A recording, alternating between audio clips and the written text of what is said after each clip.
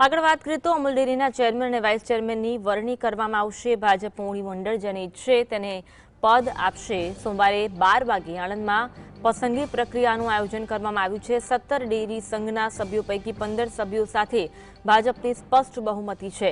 ડેરીના નિયામક મંડળની ચૂંટણી 12મી સપ્ટેમ્બરે પૂર્ણ થઈ હતી। આજે 12 વાગે આણંદમાં પસંદગી પ્રક્રિયાનું આયોજન કરવામાં આવ્યું છે। 17 ડેરી સંઘના સભ્યો પૈકી 15 જે સભ્યો છે તે સાથે ભાજપની સ્પષ્ટ બહુમતી છે। ડેરીના નિયામક મંડળની ચૂંટણી 12મી સપ્ટેમ્બરે પૂર્ણ થઈ હતી।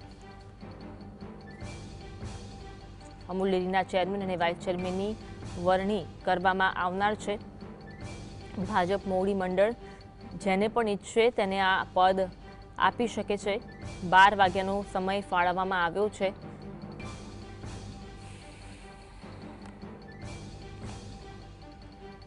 આજ અંગે વધુ વાત કરીશું। સંવાદદાતા રૂપેશ અમારી સાથે લાઈવ જોડાયા છે। રૂપેશ, અમૂલ ડેરીના ચેરમેન અને વાઇસ ચેરમેનની વરણી કરવામાં આવશે, શું માહિતી મળી રહી છે? ચોક્કસ આજે જે અમૂલના ચેરમેન અને વાઇસ ચેરમેનની ચૂંટણી યોજાશે, પુનરાવર્તન થશે કે પરિવર્તન એ સૌથી મહત્વનો મુદ્દો રહેશે કે હાલના ચેરમેન જે છે એની વિપુલ પટેલની જે છે એ ફરી એક વખત પસંદગી થાય છે કે પછી અન્ય કોઈની વરણી થાય છે, એ સૌથી મોટો પ્રશ્ન અહીં આગળ ઉભો થઈ રહ્યો છે। કારણ કે બની શકે કે આ વખતે દાવેદારો પણ ઘણા છે।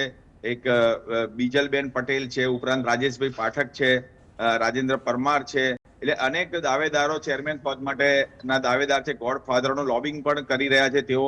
સૌથી મહત્વની વાત એ છે કે આ વૈશ્વિક બ્રાન્ડ જે અમૂલ છે એના ચેરમેન નું પદ મેળવવા માટે અત્યારે જે છે એ દાવેદારો જે છે એ ભાજપના દાવેદારો જે ચૂંટાયેલા છે એઓની વચ્ચે હોડ ચાલી રહી છે। એટલે 15 જે સભ્યો છે એમાંથી ચેરમેન વાઇસ ચેરમેન નું પદ તો જે 2 જણને જ મળશે, પરંતુ એ એડી ચોટીનું જોર હાલ જે છે એક તબક્કે એક કરી રહ્યા છે। અને તમામ જે વાત છે એ 12 વાગ્યા પછી જ ખબર પડશે, કારણ કે 12 વાગ્યા પછી જ કોનો મેન્ડેટ આવે છે એ ખબર પડી શકે છે। અને એના બાદ જ આ સમગ્ર જે ચેરમેન છે અને વાઇસ ચેરમેન છે એની પસંદગી અથવા વરણીની પ્રક્રિયાઓ હાથ ધરાશે।